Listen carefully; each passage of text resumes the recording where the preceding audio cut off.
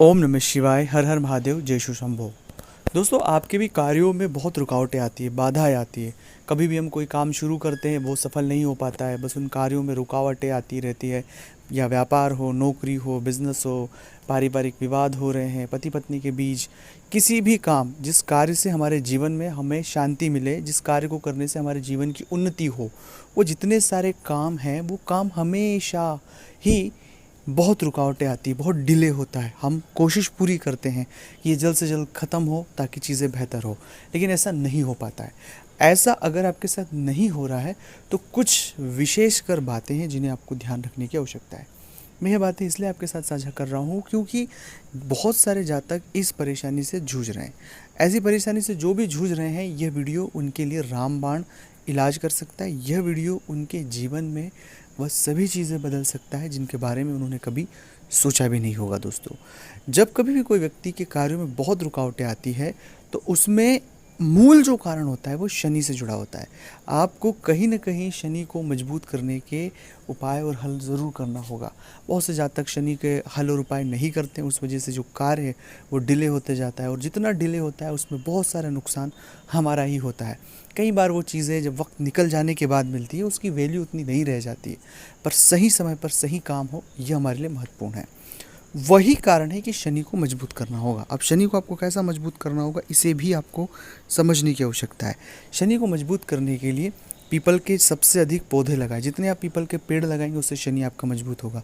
बजरंग बाण, हनुमान चालीसा दोनों का पाठ करें, सुंदरकांड का पाठ करें, और अभी जो चतुर्मास शुरू होगा, इस चतुर्मास में आप रामायण का नियमित पाठ करें, उससे भी बहुत शनि में मजबूत होगा। अगला प्रयोग ये भी कर सकते हैं कि आपके घर के आसपास जो भी शिवालय हो, उस शिवालय में आप भगवान शंकर के परिवार, अगर भगवान शंकर का पूरा परिवार वहाँ विस्थापित है तो अच्छी बात है, लेकिन वह मंदिर आप देखें जहाँ पर भगवान शंकर का पूरा परिवार नहीं है, वहाँ पर भगवान शंकर के परिवार की स्थापना करवाएं। उससे भी बहुत हद तक शनि मजबूत होता है।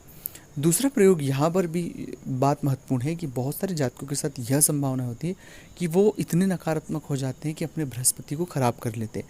बस उनके मन में हमेशा नियमित नकारात्मक ख्याल आते रहते हैं कि ऐसा होगा, ऐसा होगा, ऐसा होगा, और उस वजह से उनकी परेशानी इतनी बढ़ जाती है कि जिसके बारे में वो शायद आप सोच भी नहीं सकते। इसलिए इस नकारात्मकता टोन जो है उससे आपको बाहर निकलने की बहुत हद तक ज़रूरत है। जो भी इस नकारात्मकता के टोन से बाहर निकलेगा उनके काम ज़रूर सफल होगा।